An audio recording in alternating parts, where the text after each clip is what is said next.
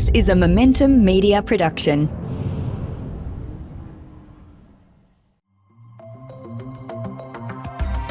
Welcome to the Smart Property Investment Show, the podcast by investors for investors.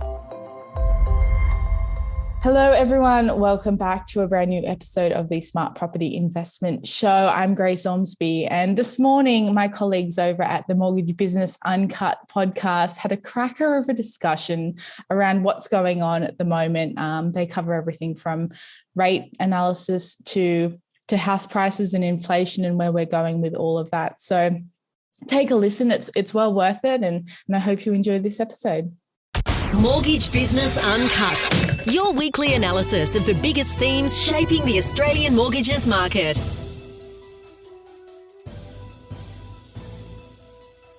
Welcome back. Thanks for tuning in. Great to have you with us. Annie and Alex with you this morning. Annie, how are you going? Yep, very well, thank you. Aching, I hear, from your kayaking expedition. Yes, went kayaking on Saturday around Middle Harbour, and it was pretty windy, so there was a lot of shoulder action going on, and my shoulders have not seen that much exercise for a long time, so I'm struggling every time I have to lift my arms over my head and making little involuntary noises, but hopefully they'll ease up soon. I'm hoping that means that's like the beginning of my, buff summer body coming into being. It's one of those things, kayaking, where if you don't do it regularly, you go out and you think, this is really, really good fun, really exciting, and you kind of dig the paddles in and get going, then suddenly you realise your shoulders are burning and there's no more strength left. Yeah. It was definitely easier on the way back. At least the wind was to our back, so it helps our exhausted bodies come back to shore. But it was really, really good. Lovely weekend. It was another nice weekend in Sydney. I guess really in line with what you'd hope for spring, nice and warm and fairly sunny. Interesting looking at the auction results though this weekend, Annie. Not as positive as maybe some would hope. I guess we're seeing we've obviously got the RBA announcement coming up next week, and there are rumblings which we'll talk about a little bit later about sort of a worsening economic environment. But yeah, we're just seeing things coming off a little bit as we are sort of well and truly into the spring selling season. Combined capital cities, the preliminary clearance rates have dropped below 60%. That's according to data from CoreLogic. So we have 1,900 auctions across the combined capital cities, down a little bit from the previous week, 2,169. So if we look at Sydney, we've got 62.3% clearance rates. That's on 762 properties taken to auction. Melbourne 60.7%. That's across 582. Brizzy's kind of sitting around that sort of 45 to 50. So 45.7% clearance rates up in Brisbane, 218 properties taken to market. Adelaide's still looking fairly strong, 68.2% across 154. Perth has actually popped up on the radar. We had enough volume with 28 properties taken to auction to give us a reading of 38.5%. Not much activity in Tasmania. Canberra 59.8% across 163 properties. Gives us a weighted average of 59.8% across 1,908. Now that obviously is the figures that are in today. It tends to trickle down a little bit further. So yeah, I'm seeing a little bit of a change, in the auction clearance volumes and also indeed in the auction clearance rates. Yeah, that's pretty low. It's a pretty low clearance rate. I'm actually surprised by that. I didn't think it would drop too much lower than it has been over the last few weeks. But I mean, it's one of those things, rising interest rates making serviceability a bit harder for a lot of people. I mean, again, we've got the rate announcement tomorrow, the Melbourne Cup announcement. So I think that we'll start to see rates get higher and higher over the next few months, and that really pushing a lot of people out. But there's always swings and balances. So I think, the fact that while serviceability might be making it a bit harder for people, the fact that house prices are coming down, again, sort of balancing out some of those sort of, issues. So generally, I think property is doing relatively well. Interestingly, a lot of the surveys we're seeing from consumers still shows that confidence is relatively high amongst home buyers. And I think generally people are thinking now is a good time to get into market, because I think perhaps people are a bit worried about what's going to happen next year. So confidence for home buying is still fairly high, but we're not actually seeing that in the numbers necessarily. I think supply is still an issue. People are also, sort of at the moment thinking, well, Christmas is coming up or the summer holidays are coming up. I need to start saving some money. So maybe sitting on any large scale investments until the new year, potentially. Yeah, it's an interesting time. So many investors that I talked to who had previously been positively geared, so before rates started to go up, and now find themselves being negatively geared. And although there are some tax benefits of being negatively geared, at the end of the day, it's money coming out of your pocket rather than going into your pocket. I think there's generally, unless you are super, super wealthy and you don't have to worry about, the cost of a mortgage, or maybe you don't have a mortgage at all, it is quite challenging times. I think many investors are now starting to think a bit more carefully about what it is they're buying and about the impact on their cash flow. And I think for investors that have more than one property, when you get that cumulative effect of rising interest rates, it can become quite a significant financial noose around the neck.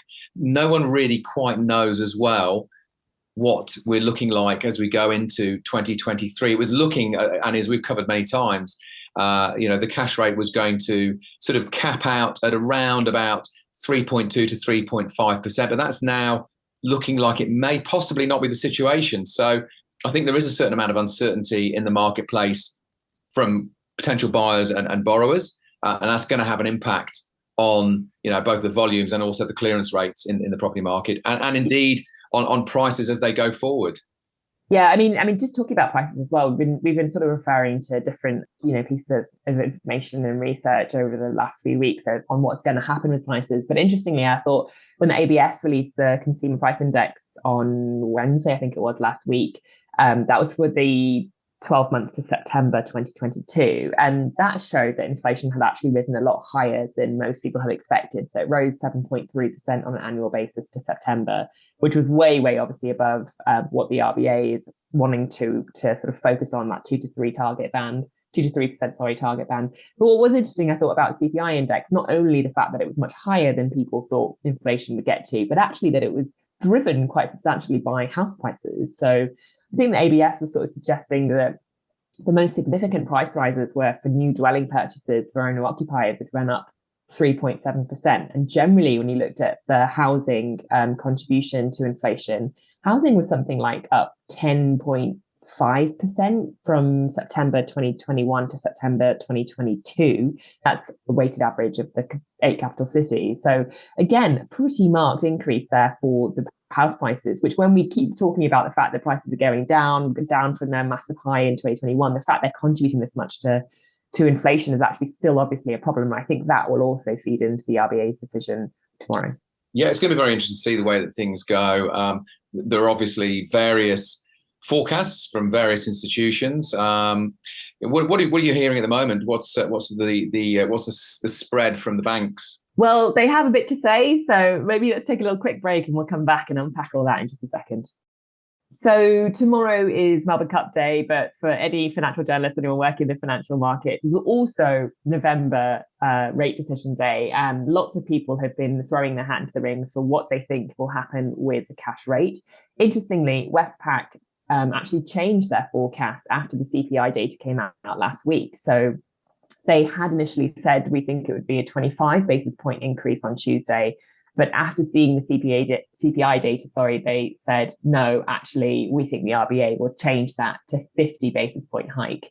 And basically, they were saying, because it's such a sort of surprise and the RBA is targeting this 2 to 3% inflation target, the fact that it was 7%, they're going to have to do something. So generally, they were saying the best way for the central bank to try and do this is to adopt stronger action. And that would potentially mean going back to the 50 basis point hikes they had been doing in the months before. In October, we had the 25 basis point hike, which was more of a normalization. Lots of people suggesting the RBA had done that to just wait and see what all of the massive increases had been doing to spending. But the fact the CPI data does show it's still pretty high, I think. Now, Westpac's Bill Evans is saying 50 basis points would be now what he's expecting. CBA, ANZ and NAB still thinking potentially 25 basis points. We haven't heard from them yet this morning, so that might change. But from where we sit on Monday morning so far, it's Westpac that's the outlier, saying 50 basis points. Everyone, though, pretty much in agreement, they're going up. Just by how much is the question. It's a really interesting point, Annie, because yes, it is Melbourne Cup Day, but it's also really the penultimate time that the RBA meets. And if the RBA doesn't move to move rates up by 50 basis points, you're then in quite a significant position in December. And I would imagine that the RBA, if it's going to move decisively, would prefer to move in November rather than December, because that has a very, very significant impact on consumers. If you start moving interest rates by 50 basis points in December, it's a real shockwave to end and also subsequently to begin the new year. Yeah, you're right. And I think that is something that even after the 25 basis points, I think just given that it would seem strange for them to hold it at 25 basis points again in November, given all the data we just had.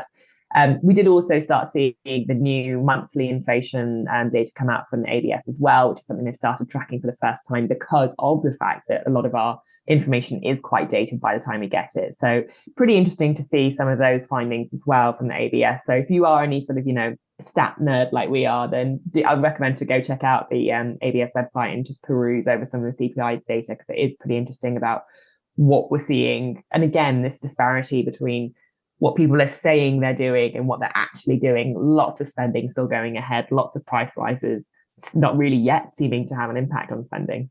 So I think if you think about the cash rate going up in November and potentially also in December, again, by how much is the real question. I think generally most people are in agreement that in 2023 we'll be starting the year around 3%. If you bear in mind that we're already at 2.6%.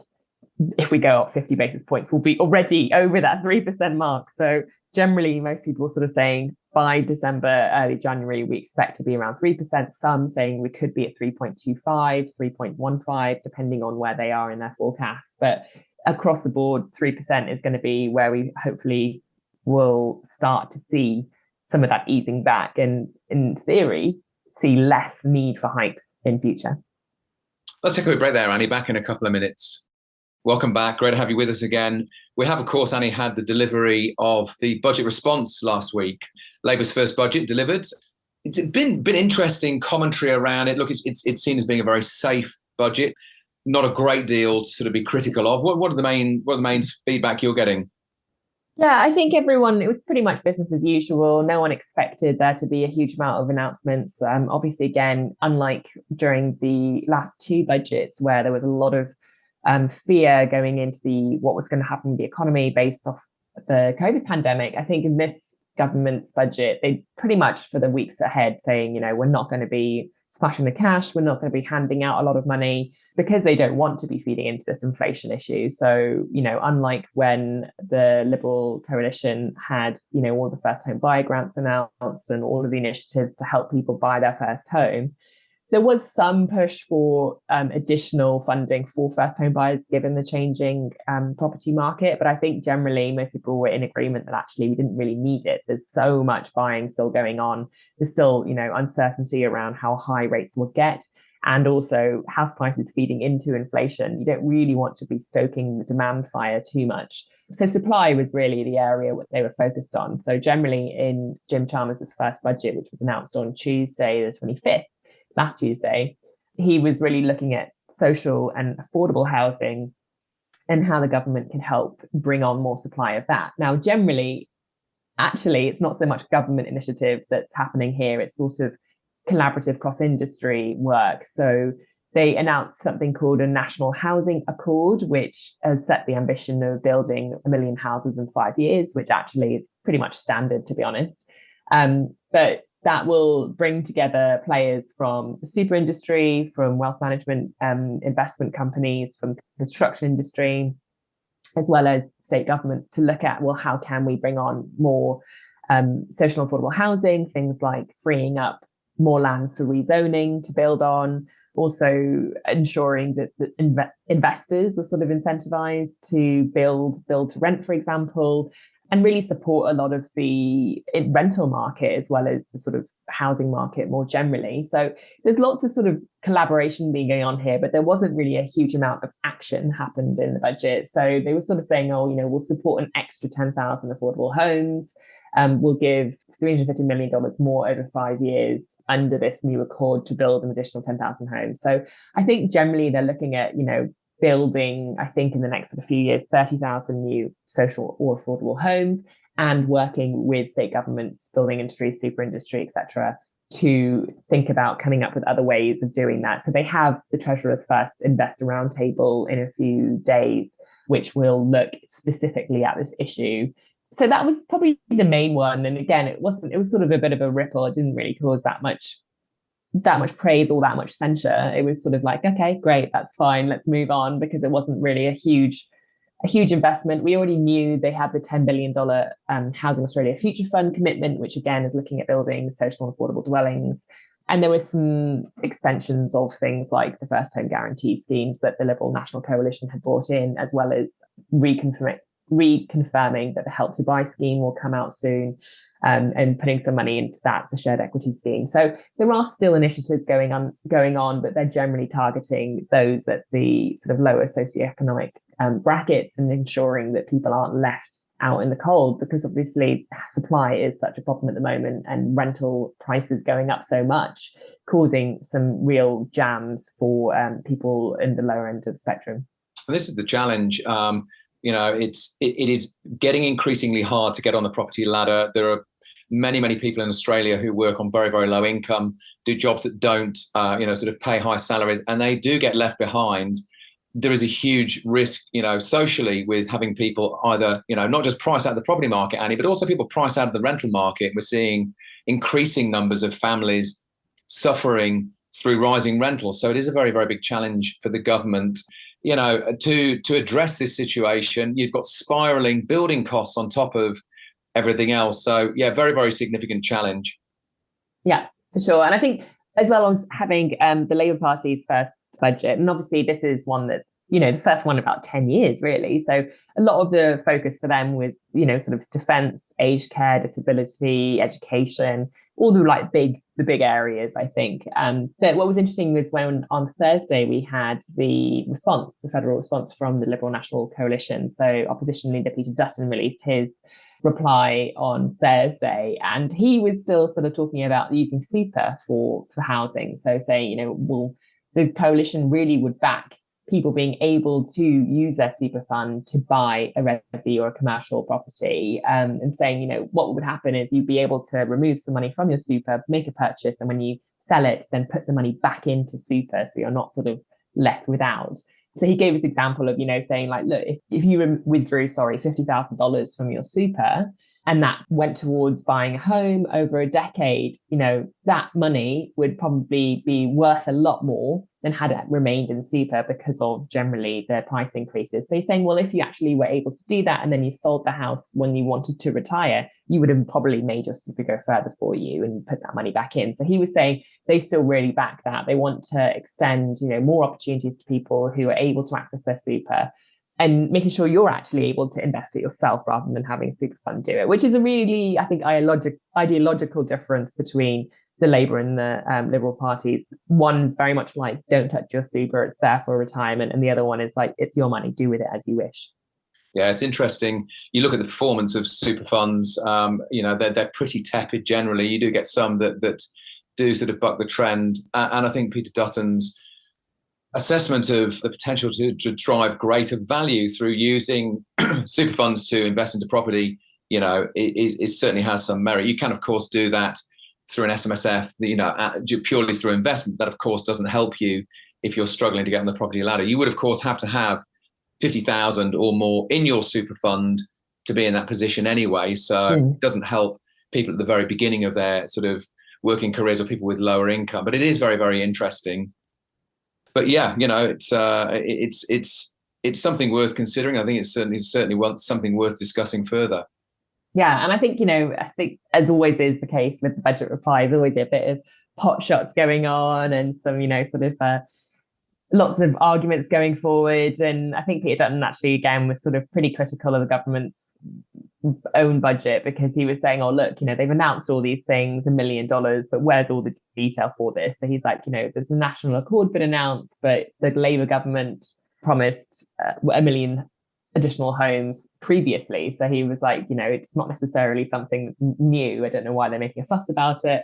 And he was also saying, when again, like this sort of proposal was announced, it didn't have a huge amount of detail behind it. It was more around putting some more money towards it and bringing people together. So I think he was fairly critical of that, and sort of, trying to really flag that while we've had these sort of promises of building 1 million homes, like let's wait and see what it actually looks like, what the action actually looks like before we sort of start backing it. So that was pretty interesting. You were down in Canberra for that, weren't you, actually, Alex? I was, yes. Not with the treasurer, but we were actually down, sort of myself, my business partner Phil, and Will McGee through the defence portfolio, which was very, very interesting. We were down with Mr. Philip Thompson, MP, who is he's in the defence portfolio. It always frightens me to death, Annie, when you hear politicians and also people from from industry talking very candidly about the threats that we face here, and it always is quite unsettling. So yeah, but it was that was the focal point rather than the budget response. We did go to there was a dinner where we watched Peter Dutton's response, and then Peter Dutton turned up, and the various other ministers turned up after leaving Parliament. So it was quite interesting.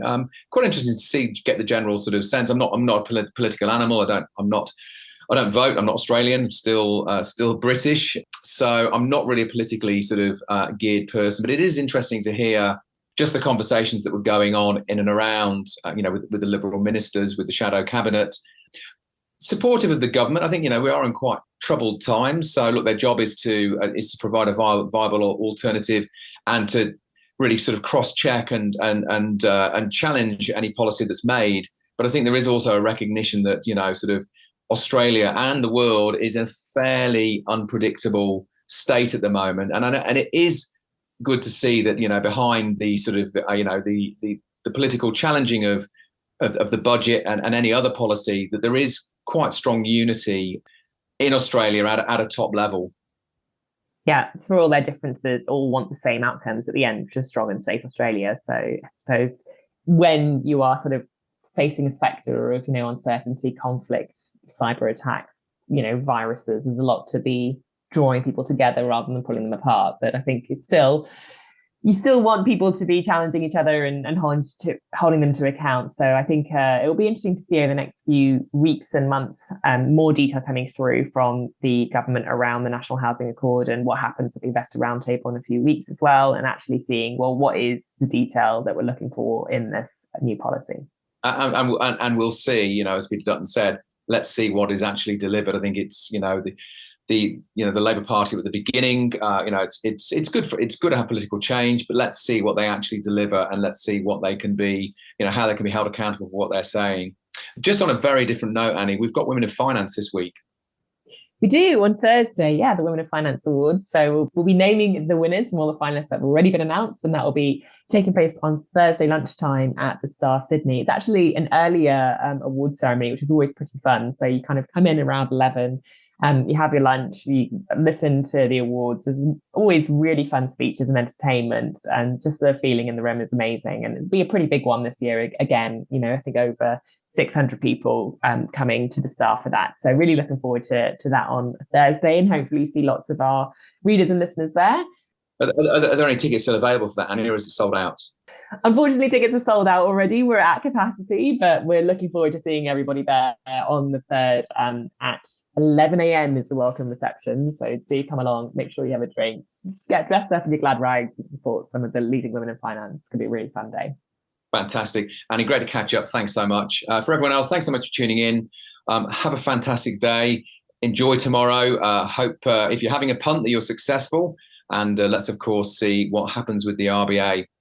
Have a great week. Don't forget, check out all the latest news. It's always there on mortgagebusiness.com.au. And indeed, lots of podcasts there. If you want something to listen to, mortgagebusiness.com.au. Thanks a lot. To everyone who has listened, I hope you have enjoyed this episode. Like or review us on whatever platform that you do listen to your podcasts on. If you have any questions, don't hesitate. Reach out, editor@smartpropertyinvestment.com.au. Stay up to date with us on our website. Subscribe to our newsletter if you haven't already, and check us out on social media, Facebook, Twitter, and LinkedIn. Until next episode, stay safe and well wherever you are. Bye-bye.